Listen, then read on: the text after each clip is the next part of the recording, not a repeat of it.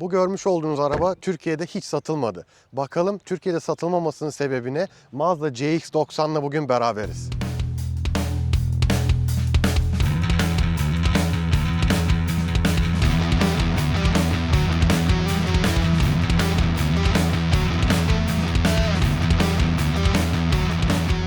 Şimdi tasarımla başlayalım. Mazda gördüğünüz gibi oldukça güzel tasarımlar yapıyor. Yani benim gözümce gayet lüks gözüken tasarımlara sahip. Bu giriş segment bir araç olmasına rağmen oldukça güzel. Burada krom detayları görüyorsunuz. Grillimiz aynı şekilde kocaman, lüks gözüküyor.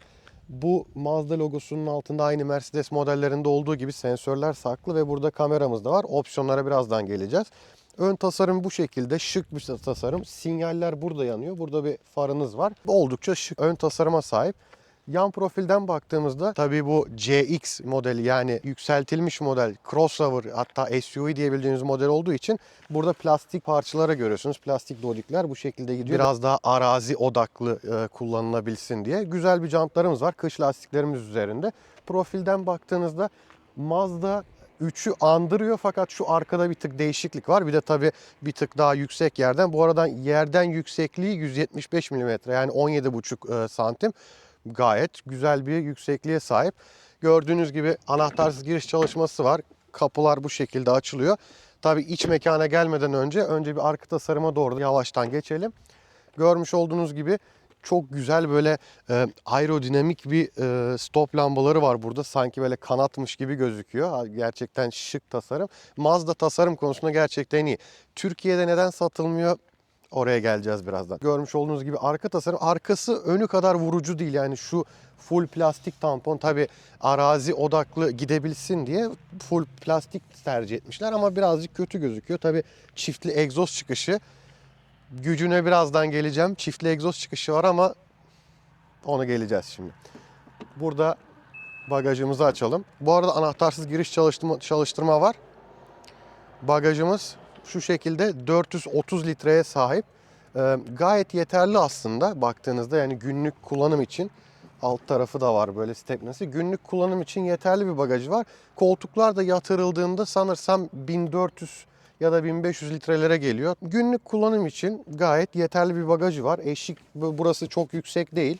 Yüklemelerde rahatlık. Hatta tamponun burada bu plastik malzemeden olması yani en azından çizildiğinde canınızı yakmayacak şekilde bir malzemeye sahip bu şekilde. Bu arada bagaj kapağı hakkında size garip bir şey söyleyeceğim. Araç çalışıyor durumdayken D konumundayken yani vites konumu D'deyken bagajı hiçbir şekilde açamıyorsunuz. Aracı illaki P'ye almanızı istiyor güvenlik açısından. Daha önce hiç başka markalarda görmemiştim. Mazda CX-30'da ilk defa gördüm. Ya daha doğrusu büyük ihtimalle bütün Mazda modellerinde, yeni Mazda modellerinde vardır ama ben ilk defa bunu Mazda'da gördüm bu şekilde. Bu arada aracımız 2021 model, söylemiş olayım şimdiden. Dış tasarımdan böyleydi. Tabii biraz size motordan bahsedeyim. Bu asıl en vurucu noktası. Şöyle motor kapağını bir açalım.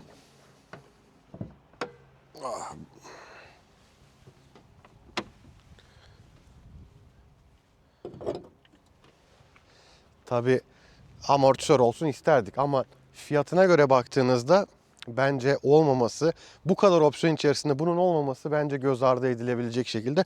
Bu arada fiyatlar yaklaşık olarak 18-19 kilometreye ve paketine bağlı olarak yani özelliklerine bağlı olarak 18-19'dan başlayıp 26-27'lere kadar dayanan bir fiyatları var. Sıfırdan bahsetmiyorum burada. Hani ikinci elden sıfıra kadar olan fiyatlardan bahsediyorum.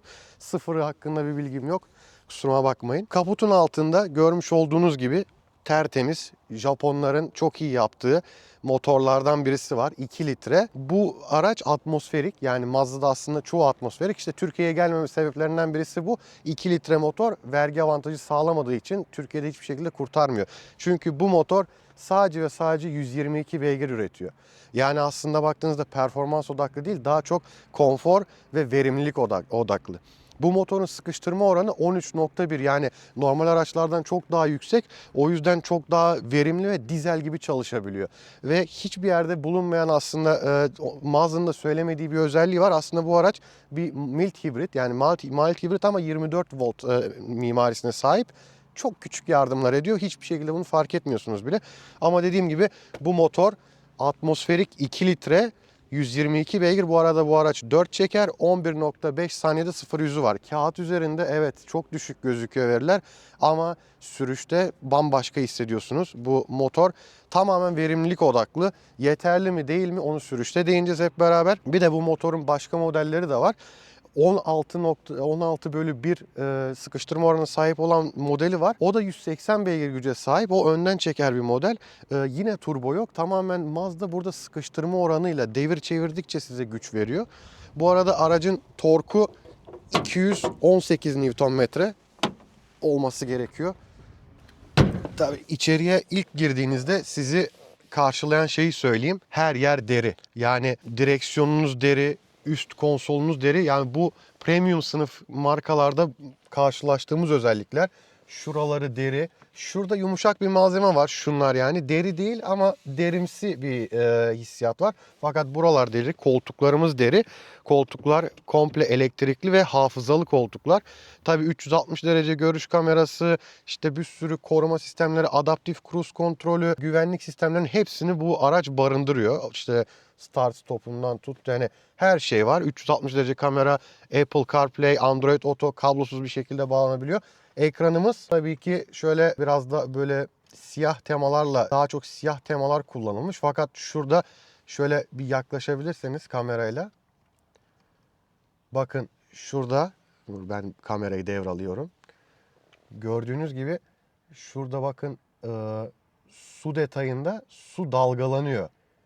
Bu kendi haritası bu arada. Suyun dalgalanmasını bile görebiliyorsunuz. O yüzden yani ekran dokunmatik değil. Buradan iDrive, BMW'ninki gibi kullanıyorsunuz. Gayet kullanışlı, güzel bir ekranı var. Yani bu ekranı ilk etapta ben çok siyah diye beğenmemiştim ama haritasını gördükten sonra hayran oldum. Zaten dediğim gibi bağlantılarınız falan her şeyiniz var. O yüzden sorun yok. Direksiyon ısıtmamız, koltuk ısıtmamız mevcut. Direksiyonumuz dediğim gibi deri. Burada işte Mazda olduğunu tek fark ettiğiniz yer direksiyon. Yani direksiyonu şöyle görüyorsunuz. Deforme olmuş şekilde. Daha bu araba 70 küsür binde olması gerekiyor. Bir tek burada malzemeler kötü. Tabii Mazda diye her şey şimdi güzel konuşuyorum ama tabii ki şu tuş takımları olsun, işte şu tuşlar olsun. Hani böyle tuşlar genelde daha ucuz malzeme olarak kullanılmış. Vites topuzu biraz daha ucuz malzeme olarak kullanılmış. İçerideki plastikler biraz daha ucuz malzeme ama hiçbir şekilde hiçbir şey takırdayıp, bu arada yukarıdan bir yaprak düştü. Hiçbir şekilde hiçbir şey takırdayıp ses yapmıyor. Sizi rahatsız etmiyor. Tabii buralar ucuz plastik. Burada küçük bir gözünüz de var. Tabii ki bir Audi kalitesi, bir BMW Mercedes kalitesi yok. Ama bu fiyatları düşündüğünüzde, özellikle 20 bin euro bandında bir araç düşündüğünüzde her yerin bu kadar deri ve güzel olması bence gayet güzel. Burada bu arada açıkta kalmış gözlüklüğümüz de var bir tane. Şöyle güneşliğimiz, bakalım uzuyor mu? Uzamıyor. Normal güneşlik. Ön taraf böyleydi. Saklama alanı olarak burası var. Burada 2 tane bardaklığınız var. Kol dayamanın içerisi, kol dayamanın içerisi bayağı büyükmüş. Bu arada ileri geri oynayabiliyor bu. Direksiyon ayarımız falan filan. Yükseklik ve derinlik ayarı olan bir direksiyon. Yani gayet rahat ayarlayabileceğiniz bir direksiyon. Ön taraf böyleydi. Bir de arka taraf size göstereyim. Arkası tabii ki de Mazda 3 ile aynı platformda, yani aynı büyüklükte olduğu için biraz dar. Şöyle geçiyorum. Evet. Ya gördüğünüz gibi diz mesafesi yeterli. Yani diz mesafesinden yana bir sorun yok. Baş mesafesinden yana da bir sorun yok aslında. Bir karış baş mesafesi var. Sadece biraz içerisi daha dar olması birazcık sorun ama onun dışında gayet rahat yolculuk yapabilirsiniz. Hatta burada kol dayamanız da var. 2 tane bardaklı da var içerisinde. Havalandırma menfezleriniz de var burada. Daha ne olsun? Yani bu segmentte bir araç için bence gayet yeterli deyip sürüşe geçelim diyorum. Evet, şimdi de Mazda CX-30'un sürüşüne geçelim. Orada biraz bu 122 beygir 4 çeker araç neler yapıyor, neler yapamıyor, biraz onlardan bahsedelim. Sürüşte görüşürüz. Mazda CX-30'un direksiyonu başındayım. Sürüş deneyimlerini şimdi sizlerle konuşalım. Bu arada şerit takip uyarısı bu şekilde ses veriyor. Aynı zamanda direksiyonu titretip birazcık sizi şeridin içerisine sokuyor ama iki şerit arasında düz tutmuyor. Ne yazık ki. Bu arada sinyal sesi, ya bilmiyorum geliyor mu ama çok güzel böyle bir sinyal sesi var. Bayağı hoş. Hava da bayağı güneşliymiş. Güneş gözlüğü de yok. Bunu kullanıyoruz. güneşliğimizi ama iş görüyor, iş yapıyor. Her neyse 2 litre 122 beygir 4 çeker atmosferik motordan bahsediyoruz. Biraz dizel karakterli, yani yüksek sıkıştırma oranlı çalışıyor.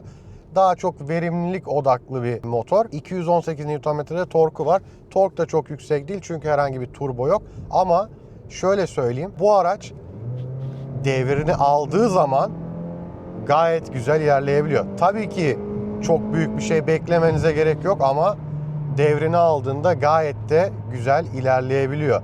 Yani bu araçta devir çevirmeniz lazım. Yüksek devirlerde, eğer performans istiyorsanız yüksek devirlerde gitmeniz lazım. Düşük devirlerde çok fazla bir şey beklememeniz lazım. Fakat 4 çeker olması güzel. Çok büyük tork yok ama sizi küçük kaymalardan, küçük hafif kar yağışlarından, yağmurlu havalardan, çamurdan falan kurtarır bir şekilde. Bu arada Mazda şanzıman olarak 6 ileri tam otomatik şanzımana gitmiş. Birinci önceliği tabii ki Mazda'nın her zaman uzun ömürlülük. Bunda da tabii tam otomatik şanzımanda garantici oynamışlar biraz. Aynı zamanda atmosferik motorda da böyle. Şimdi neden Türkiye'de bu araç yok? Tam bu konuda değineceğim. Motordan da bahsettiğim gibi 2 litre bir motor var. Ne yazık ki Türkiye'de vergi sistemi motorun hacmine göre olduğu için 2 litre motorda ne yazık ki ülkemizde çok büyük vergi dezavantajına dönüşüyor. Bu durumda da tabii ki bu aracı Türkiye'de satın alamıyorsunuz ne yazık ki. Ama gelseydi bence satış rekorları kırabilecek, hatta çok büyük satışlara ulaşabilecek bir araç olacağını düşünüyordum. Yani şu iç mekan kalitesi olsun, özellikler olsun ve buna karşılık da fiyatı olsun. Yani bu kadar yüksek vergilendirme olmasaydı bu araç gayet güzel satışlar yapardı ki bunu Almanya'da görüyoruz. Almanya'da motor hacmi üzerinden vergi değerlendirmesi yapılmadığı için bu araç gayet fazla satıyor. Dediğim gibi Mazda 3'ün platformunda, yani Mazda 3'ün yerden yükseltilmiş crossover hali. Bunu direksiyon başına oturduğunuzda hemen hissediyorsunuz. Yani yüksekte oturuyorsunuz. Araba sizi yüksekte hissettiriyor. Bir tek şu kapıların omuz çizgisi bir tık yüksek. Alçakta oturuyormuşsunuz hissi veriyor. Ama alçakta da oturmuyorsunuz çok fazla. Gayet güzel oturuş pozisyonunuz var. Şimdi size yakıt tüketiminden bahsedeceğim. Fakat ondan önce yine bir eksi yönünden bahsedeyim size. Yani tam eksi de sayılmaz, kime göre neye göre biraz.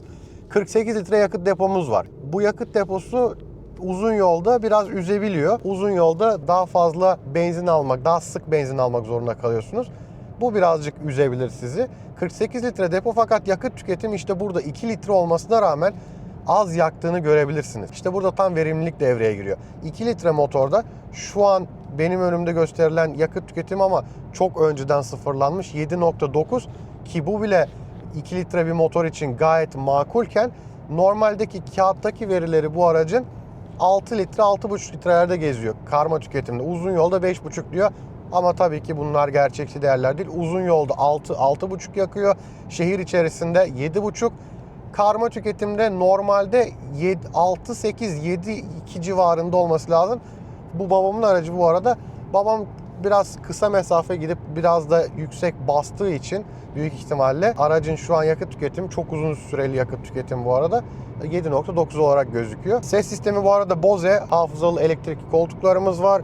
Dediğim gibi iç mekan gayet rahat. İlk oturduğunuz andan beri görüş mesafeniz, aynalar gayet güzel. Bu arada gördüğünüz gibi direksiyonu bıraktım. Şeritten çıktığım an ekrana da geliyor görüntü.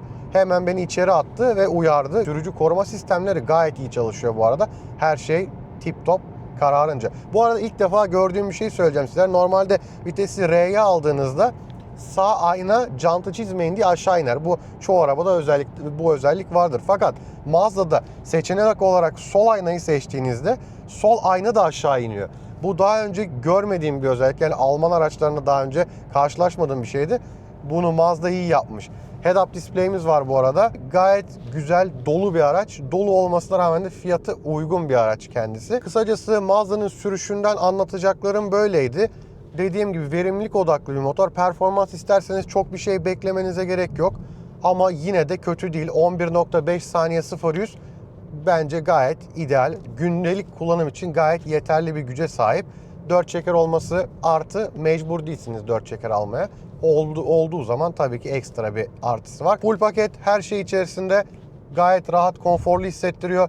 Amortisörler bir tık sert konumda kalıyor ama sorun değil. Gündelik kullanım için gayet yeterli bir araç. Evet, Mazda CX-30 testinden, anlatımından da bu kadar da elimden geldiğince anlatmaya çalıştım. Bir kusurum varsa affola. Umarım videoyu beğenerek izlemişsinizdir. Buraya kadar izlediyseniz bir like'ınızı ve aboneliğinizi alırım. Kendinize çok iyi bakın. Hoşça kalın.